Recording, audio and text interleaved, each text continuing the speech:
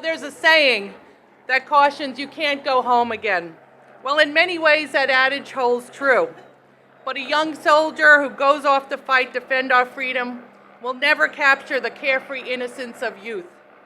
The deep understanding of the cost of freedom forever changes one's outlook on life.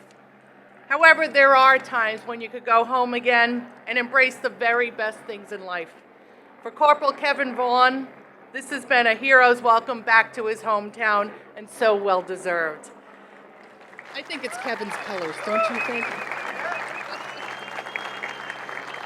Today we are taking part in a ceremony that is very special because I think in great measure it represents what is great about America, what has made America great over the course of 240 years of nationhood. Because throughout the history of this wonderful country, you see time after time and year after year and generation after generation, young men and women who are called to defend liberty and freedom, who leave their small town, their big city, they leave their home, they leave their family, they leave their friends because they are called to something that is greater than each and every one of us. They are called to take part in preserving liberty and freedom not only here at home, but for all of mankind.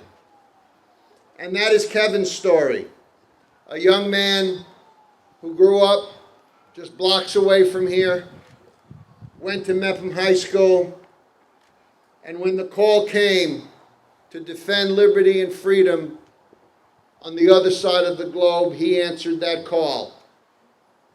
And today, we welcome him home here to the town of Hempstead.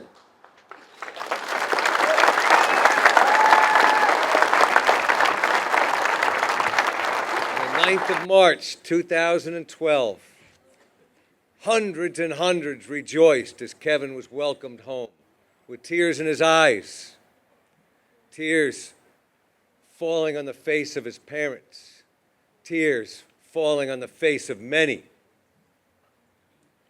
Yet today, we rejoice with smiles on our face. And a big smile on Kevin's face. 4 years ago, a huge door closed for me when I was injured. But now today, 4 years later, with this brand new, beautiful house, 1,000 doors just opened for me. Endless opportunities for the rest of my life. Anywhere from when I first came home, March 9th for the homecoming, this town, organizations all over, individuals all over have been taking care of me, from the worst to the best. Today, I get gifted for this home from all the hard workers and individuals that took countless amount of hours away from their family and paid work to build a house for someone they never even met before. To me, that's truly amazing. You don't get that anywhere else besides here. I thank all the workers for taking that time and making this possible. And most of all the individuals and organizations that raised money and donated money to make this even possible. So thank you again. And most of all, thank you, Andy, and Building Homes for Heroes, for ever changing my life and giving me opportunities that I never even thought of.